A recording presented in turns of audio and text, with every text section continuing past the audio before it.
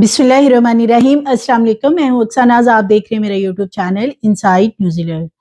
आजकल social media पे दीगर ऐप्स जो हैं उनके ऊपर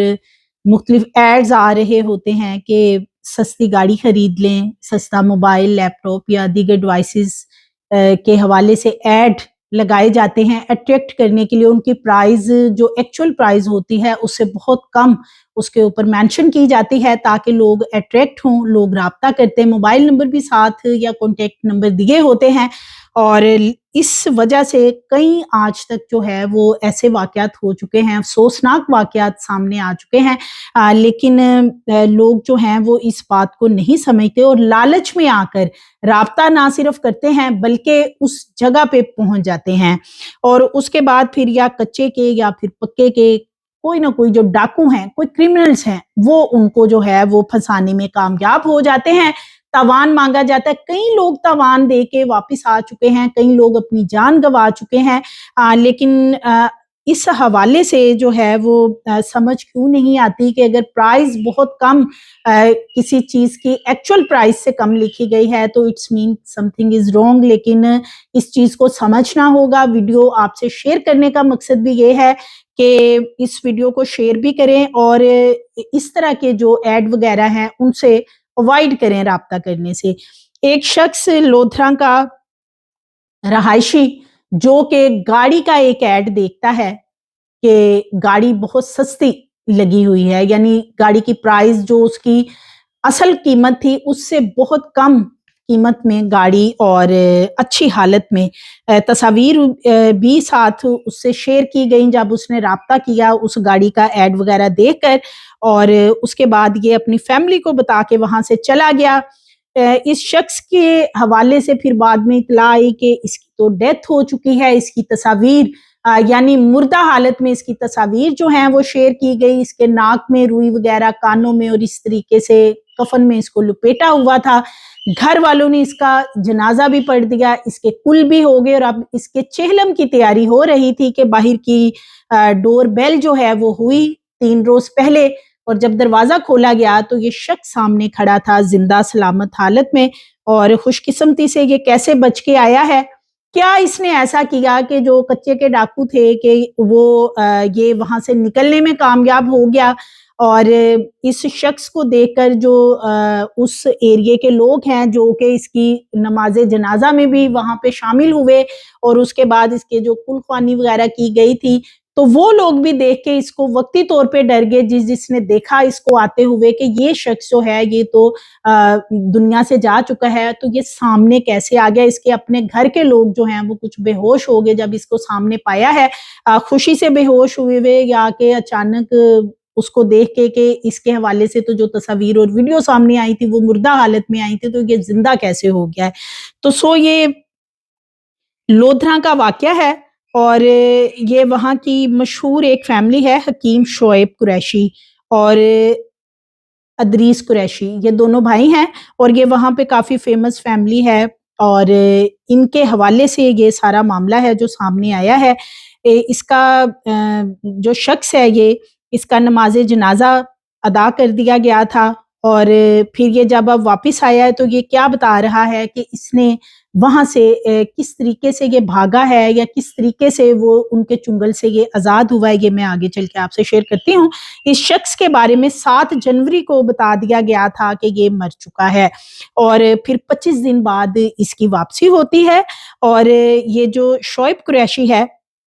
इसने एक बेसिकली ऐड देखा था जिसमें कि वो गाड़ी का जो मैंने स्टार्टिंग में आपको बताया है कि गाड़ी बड़ी कम कीमत में बड़ी अच्छी हालत में जो है वो लगाई गई थी कि और फिर जब इन्होंने राब्ता किया उस नंबर के ऊपर तो उन्होंने कहा कि आप आ जाएं और आके गाड़ी देख लें। उन्होंने इनसे तस्वीर भी शेयर कर दी। शुजाबाद के इलाका में ये पहुंच जाते हैं गाड़ी देखने के लिए, यानी गाड़ी की खरीदारी के लिए। और जब ये वहां पे पहुंचते हैं तो घर वाले इनसे राब्ता करने की कोशिश करते हैं लेकिन इनका जो मोबाइल है वो स्विच ऑफ हो जाता है। फिर घर वाले जो हैं वो इनका इंतज़ार करते हैं कि शायद कोई बैटरी वगैरह का इशू हो गया हो तो वो राब्ता कर लेंगे, लेकिन अगला दिन भी गुजर जाता, कोई राब्ता नहीं होता और ना ही इनकी कोई घर में वापसी होती है, जिस पे घर वालों को काफ़ी तशवीश वो लाहक होती है कि ये क्या सिलसिला हुआ कि राब्ता जो है मुनक़ता हो गया है। घर वाले काफ़ी इंतज़ार के बाद जब उनके पास कोई चारा नहीं बचता कि अब वो किससे राब्ता करें और किससे पूछें, तो फिर वो इनके हवाले से एक गुमशुदगी का मुकदमा दर्ज करवा देते हैं कि उनका नंबर वगैरह भी बंद है और वो ये कह के गए थे कि वो गाड़ी की खरीदारी करने के लिए जा रहे हैं। जो एड वगैरह देख के ये जाते हैं वो भी पुलिस से शेयर कर दिया जाता है, लेकिन इनका कुछ पता नहीं होता। फिर कुछ रोज बाद जो है एक कॉल आती है एक नंबर से, नामालूम नंबर से, और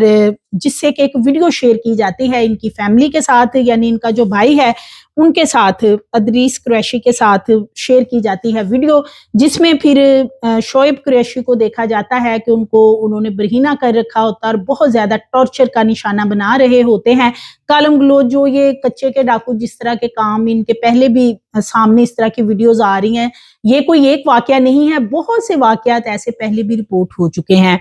घर वालों से ये जो डाकू हैं वीडियो भेजने के बाद बात भी करते हैं कॉल करके और उनसे डिमांड करते हैं कि उन्हें 1.5 करोड़ रुपए के करीब जो है वो पैसे दिए जाएं, रकम दे दी जाए तो ये जो शख्स है शोएब कुरैशी, इसको हम छोड़ देंगे। घर वाले जो हैं वो उनके पास इतनी ज्यादा अमाउंट नहीं होती, वो इनके साथ जो है वो राब्ते में रहते हैं और 1-2 दिन में इनसे मुसलसल टेलीफोन पे राब्ते में रहते हुए तकरीबन 50 लाख रुपए में डील तय पा जाती है कि घर वाले जो हैं वो 50 लाख रुपए दे देंगे और उसके बदले में शोएब कुरैशी को छोड़ दिया जाए।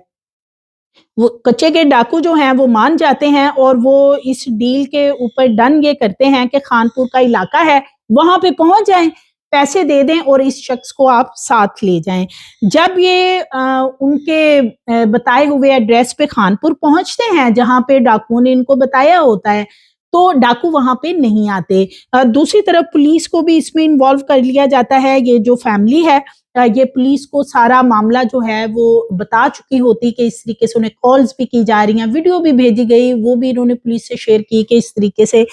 तशद्दुद का जो टॉर्चर का निशाना बनाया जाता है उस तरीके से उसे बनाया जा रहा था। तो पुलिस भी कहीं ना कहीं इस मामले में इन्वॉल्व होती है कि अगर वो उस जगह पे आ गए खानपुर के इलाके में डाकू और इस शख्स को भी ले आए, तो फिर पुलिस भी अपनी तरफ से वहां जो भी कार्रवाई करना चाह रही थी तो पुलिस ने भी इंतजाम किया हुआ था, लेकिन डाकू वहां पे नहीं आते हैं और उसके बाद कुछ रोज जो है वो इनके साथ राब्ता डाकुओं का नहीं होता। उसके बाद एक दिन इनको फिर दोबारा जो है वो एक नंबर से एक तस्वीर भेजी जाती है कि एक सफेद कफन में इस शख्स को यानी शोएब कुरैशी को लिपेटा होता है, नाक में उसके रुई वगैरह, कानों में, और इस तरीके से जैसे एक मुर्दा होता है इस तरीके से उसको कफन में लपेट कर तस्वीर बना के इनकी फैमिली को उसी नंबर से सेंड कर दी जाती हैं और इनको बताया जाता है कि ये शख्स जो है शोएब कुरैशी ये बहुत बीमार था, इसको सर्दी लग गई थी और इसकी हालत खराब थी और ये मर चुका है, अब इसकी डेथ हो गई है तो अब हम इसको दरिया में फेंकने लगे हैं, तो लिहाजा आपको हमने तस्वीरें इसकी सेंड कर दी हैं इसकी मुर्दा हालत में कि ये मर चुका है। घर वालों को जब पता चलता है, जाहिर है वो तस्वीर देखते हैं तो कोहराम मच जाता है कि उसकी डेथ हो गई है और 50 लाख रुपए का इंतजाम करने के बावजूद भी शख्स जो है वो डाकुओं ने इनके हवाले नहीं किया और उसके बाद उसकी डेथ होगी और पता नहीं क्या उस पर टॉर्चर वगैरह किया होगा। एनीवे घर वाले जो हैं अपने सारे एरिया में बता देते हैं, ऐलान मसाजिद में कराए जाते हैं कि शोएब कुरैशी जो है वो यानी कि जैसे इतने दिन से लापता था और अब उसकी तस्वीर वगैरह भेजी गई हैं कि उसकी मौत वाक़या हो गई है। वहां पे एक जनाजा भी जो है वो पढ़ा दिया जाता है, कुलख्वानी भी करवा दी जाती है। 25 दिन का अरसा गुजर चुका होता है जब उसकी इनको खबर मिलती है कि उसकी मौत वाक़या हो गई है। अब 3 रोज पहले बताया जा रहा है कि सुबह को इनके घर की जो डोर बेल है वो होती है और जब दरवाजा खोला जाता है तो सामने शोएब कुरैशी जो है वो खड़ा होता है जिंदा सलामत हालत में और जो दरवाजा खोलता है वो उसे देख के बेहोश हो जाता है। घर के लोग जो हैं वो एकदम सकते के आलम में चले जाते हैं कि क्योंकि उसकी जो तस्वीर थी वो मुर्दा हालत में उसको भेजी गई थी। ये एक शख्स जो है ये अपनी फैमिली से मिलता है, उन्हें बताता है, यकीन दिलाता है कि मैं जिंदा हूँ, मैं ठीक हूँ और